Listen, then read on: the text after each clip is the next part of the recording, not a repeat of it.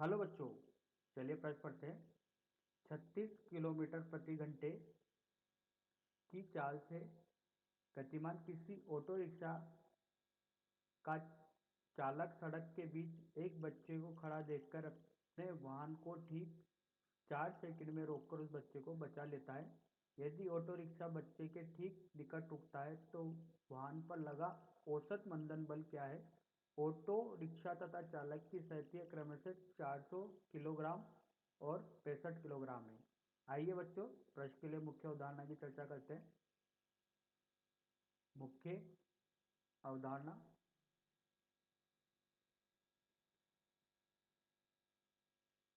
तो देखिए बच्चों,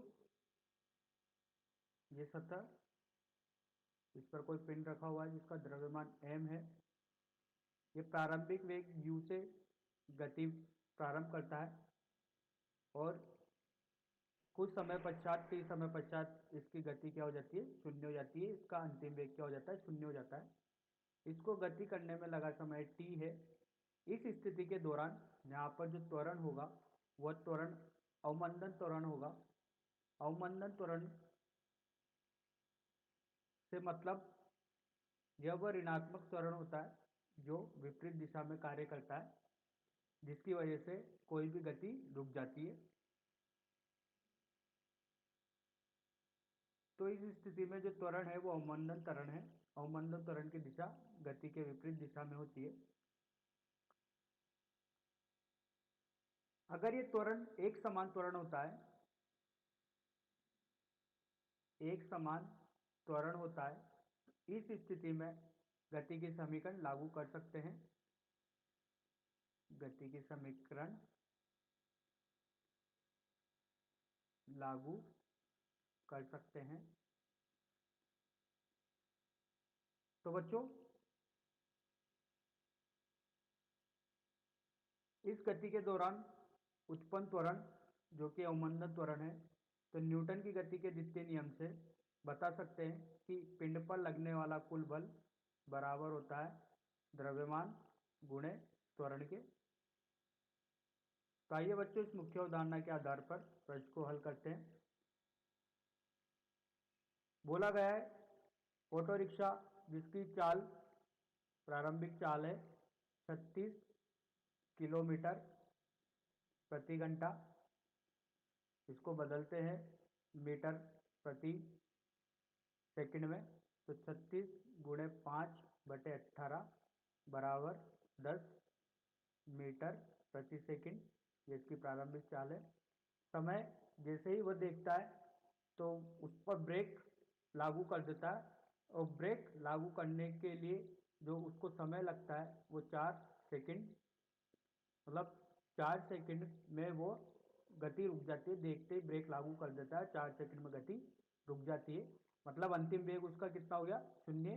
तो ये प्रारंभ से अंतिम वेग तक का समय कितना है? 4 सेकंड है। तो इस स्थिति में औसत मंदन बल बताना है जब चालक और ऑटो रिक्शा दोनों का द्रव्यमान क्रमशः 400 किलोग्राम व 65 किलोग्राम है। तो 400 किलोग्राम और इसका 65 किलोग्राम, तो कुल द्रव्यमान निकाय का 465 किलोग्राम होगा। तो बच्चों, सर्वप्रथम यहाँ पर इस स्थिति में उत्पन्न त्वरण का मान गति की समीकरण से गति की समीकरण से गति की पहली समीकरण लगाते हैं, v बराबर u धन 80। v का मान 0 है, u का मान 10 है, धन a का मान निकालना है गुणे 4। तो यहाँ से a का मान आएगा ऋणात्मक 2.5 मीटर प्रति सेकंड। ऋणात्मक चिन्ह अपन को ये बता रहा है कि ये त्वरण अवमंदन त्वरण है जो कि गति के विपरीत दिशा में लग रहा होगा। इसकी वजह से इसका अंतिम वेग कितना हो जाएगा? शून्य हो जाएगा। आइए बच्चों, आगे की तरफ हल करते हैं और बल, अवमंदन बल निकालते हुए निकालेंगे न्यूटन की गति के द्वितीय नियम से। F बराबर m है। m उस निकाय का कुल द्रव्यमान वो है 465 किलोग्राम।